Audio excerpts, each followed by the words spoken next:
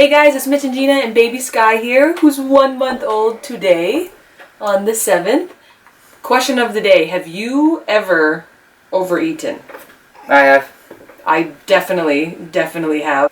We're going to dive into the side effects of overeating, and then we're going to look at why us as humans overeat and how we can nip it in the bud, how we can stop overeating. And that is my alarm clock. Alright, some of those potential side effects or health consequences of overeating. You got some digestive upset. Sky can probably attest to some of these. Maybe some hiccups, you got some bloating, some gas, maybe some constipation, some diarrhea, tummy aches. You just feel uncomfortable in the inside. Some other consequences of overeating, some inflammation in the body, tiredness, fatigue, just a loss of mental clarity. You're just kind of in a brain fog. And you also beat yourself up and make yourself feel really bad about overeating, and then you're like, I'm never going to eat ever again, and then you binge. There's also just some future health complications that could arise. Heart disease, diabetes due to increased insulin resistance. Got some acid reflux, maybe some skin conditions like eczema, rashes. Anyway, just a lot of yucky things that can happen due to overeating. But really, why do we overeat? And why do so many of us overeat? One of the reasons a lot of people overeat is because they're usually in a hurry and they're eating on the go, and the food is so good to them that it's really hard not to want to inhale it. We call it food scarfing. Yep, food scarfing. Been known to do that. There's also just this weird thing that us humans have. It's like this skill. I call it dessert packing, where it doesn't matter how full you are, you can always stuff or pack in some more dessert. There's always room for dessert. Another reason is the food that we eat just isn't nutrient dense. A lot of times we're eating pastries, donuts, breads, cookies, a lot of things with just empty calories. I don't know if guys do this a lot, but as a girl, you usually tend to emotionally eat when you're sad, when you're happy, when you're frustrated, when you're stressed. We always turn to food, and it's usually not the best food. Another reason why we overeat is it started from when we were really young. We've been trained to override our full signal. How many times when you were a kid were you not allowed to leave the table until you finish everything on your plate? Or in whatever situation it is, we've conditioned ourselves to override that signal of being full and to stop. We just keep eating. The holidays, there is always a time when there is a mass amount of food readily available at the table. We have birthdays, Yeah, it doesn't even have to be a holiday, That's true. Birthdays, anniversaries, then there's a baby shower, then there's Christmas, then there's Thanksgiving. All of these, even just when and there's bro night, and there's the Super Bowl, and there's the bachelorette party. And then there's interrupting people. So there's always a time, at least 2 to 3 times a week, where there is some sort of a party or some sort of a get-together. Maybe the one that happens the most often is we mistake appetite for hunger. A lot of times just seeing food or smelling food will make us want to eat it, even though we weren't hungry at all to begin with. You ever heard of the seafood diet? What's that? You see food and you eat it. That's a good one. Okay, we get it. We all overeat, but now what can we do to not overeat? Yes. We've put together a couple tips for you. Number 1 is cut out those processed foods and replace them with whole plants.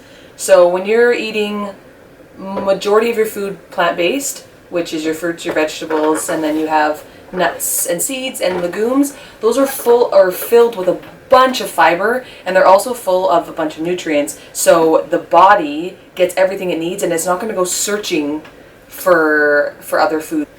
Another thing you can do to help prevent you from overeating is to eat mindfully. This is as simple as just sitting down when you're going to eat something, taking a few deep breaths to just relax, and then maybe say a prayer, just a gratitude prayer. Maybe you're not even religious. Maybe it's not even a prayer, but just give thanks for that food that you're about to eat. And then as you're eating, just take your time. Eat slowly. Maybe try to eat with somebody else and enjoy a conversation while you're eating. And then take time to put your fork down and just rest for a minute or two and then continue eating. It takes 20 minutes for your tummy to send the signal to your brain that it's full. So as you're eating, if you eat your whole meal within 10 minutes, your tummy hasn't even told your brain that it's full yet, and you're probably going to want to keep eating. And so on comes dessert. Yeah, that's true. Sometimes we can mistake hunger for thirst, so maybe you could try an experiment. Every time you feel a little bit of hunger pain, drink a cup or two of water. See if it works. Stay hydrated. Mm-hmm. We're putting Sky asleep here. She's Hopefully bored. you're not asleep yet. She's bored. Another thing you can do is just get adequate sleep. Many of us are just sleep deprived, we're cranky, we're upset, and we can't deal with stress very well. We turn to food to comfort us. So maybe try going to bed a few hours earlier and try getting that 7 to 8 hours of good night's sleep. As I mentioned when talking about sleep, there's that stress issue.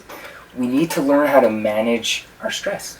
Down below there's a link to an article that we have on our blog that talks all about stress and some techniques to how to deal with it. Another thing is exercising. Usually you peeled your butt off the couch, you've made it to the gym, it was hard to get on that treadmill to lift those weights, and so you don't want to overeat. Also, the opposite can happen. Some people just work out so that they can eat more crappy food and eat as much as they want. If that's you, knock it off. Another thing you can do is to just stop when you're satisfied, which is usually about 70% full. Once you hit that point, put your fork down and do what I call the push away, the table push away. Ooh, the table push away. That's it. That's all it is. Push yourself away from the table, push yourself away from that food, and you won't have a problem. One of our New Year's resolutions for this year is to not overeat. Doesn't matter if it is junk food, if it's a piece of fruit, if it's a giant salad. Overeating is overeating, and we're not going to do it. And we also want to invite you on our little not overeating journey, because there's power in numbers, people. Join us. Until next time, remember to keep practicing those table push-aways. And then I can have a cookie? Yeah.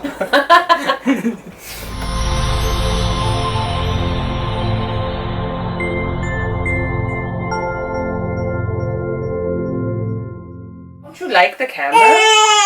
Huh? Don't you like it? This is how you feel if you overeat. Cranky. Should I just eat? Welcome to parenthood. That's good. Do not overeat. I tell you this. Why do we do this? Why do we always want to just keep talking? We just want to keep talking and talking and talking and explaining and explaining, and then we end up talking about nothing. I don't know why we do this. We're talking about talking. Alright, we're gonna do it. Stop picking your nose. Okay. Nom nom nom nom. Cookies! Okay. I want the cookies! We are going to send an invite because that's what we do. Sending you one. I'm not sure how we're doing it, but we're sending you one.